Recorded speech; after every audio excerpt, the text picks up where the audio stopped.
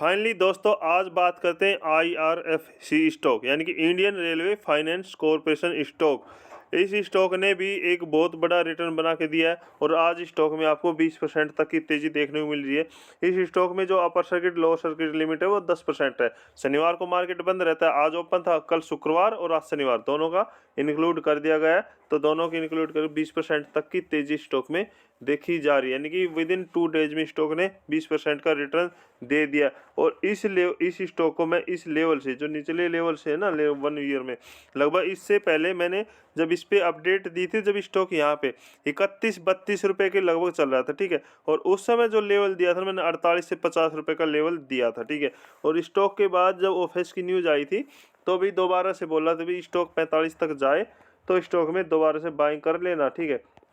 और quantity add कर लेना यदि 45। तो उसके बाद स्टॉक, क्योंकि उस समय ऑफिस की न्यूज़ आई थी और आज तक कोई ऑफिस नहीं आया है। मैंने एक टारगेट आपको 120 रुपये का और दिया था, जैसे ही 120 रुपये का स्टॉक ने क्रॉस किया, यहाँ से क्रॉस किया, तो मैंने बोल दिया अब ना तो ऑफिस से डरना है, क्योंकि क्या है ना,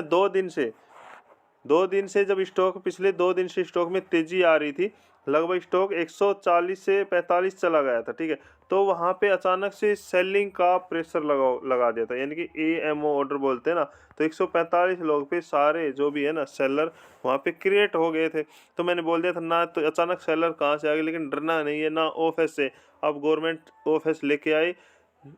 ना लेके आए, हमें डरना नहीं है कि ऑफिस आएगा, क्योंकि ऑफिस अभी आने वाला नहीं है, पहले बजट आएगा, ठीक है, उसके बाद जो बड़ी तेजी बनेगी तो गवर्नमेंट उस बड़ी तेजी में सोचेगी ऑफिस लाने की, ताकि उनको एक बड़ा अमाउंट मिल सके, ठीक है। तो अब इसके टारगेट क्या रहने वाले हैं, तो इसके टारगेट अब देखो आने वाले समय में 200 रहने वाले हैं, ठीक है,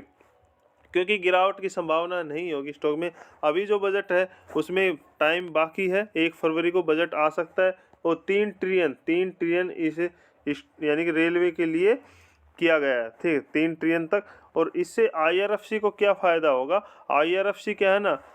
रेलवे को फाइनेंस करती है, पैसा लोन पे पैसा प्रोवाइड कराती है। कभी इसके फाइनेंस देखोगे ना तो इसके जो डेप्ट में आपको बहुत ज़्यादा डेप्ट दिखाई देगा, ठीक है, बहुत ज़्यादा डेप्ट दिखाई देगा, बट वो डेप्ट आपको वहाँ पे आपको ये इसका ये डरना नहीं है कि ये नेगेटिव पॉइंट है इसका। डेप्ट इसलिए क्योंकि ये पैसा उठाती है और रेलवे को सप्लाई करती है, लोन के तौर पे फाइनेंस करती है। तो इसी स्टॉक में और तेज़ी आएगी, ब्लास्ट होगा, 10% तक लिमिट है, ज़रूर 5% तक ही हो जाएगी, बट उसके बाद जो स्टॉक में रैली आएगी, ठीक है, वो यानी कि स्टॉक को 300 रुपये तक ले जाने की क्षमता रखेगी। तो बिंदास होके बहुत तगड़ा रिटर्न दे रखी थी निचले लेवल से। यदि निचले लेवल से भी किसी ने अभी तक होल्ड रखा है, लगभग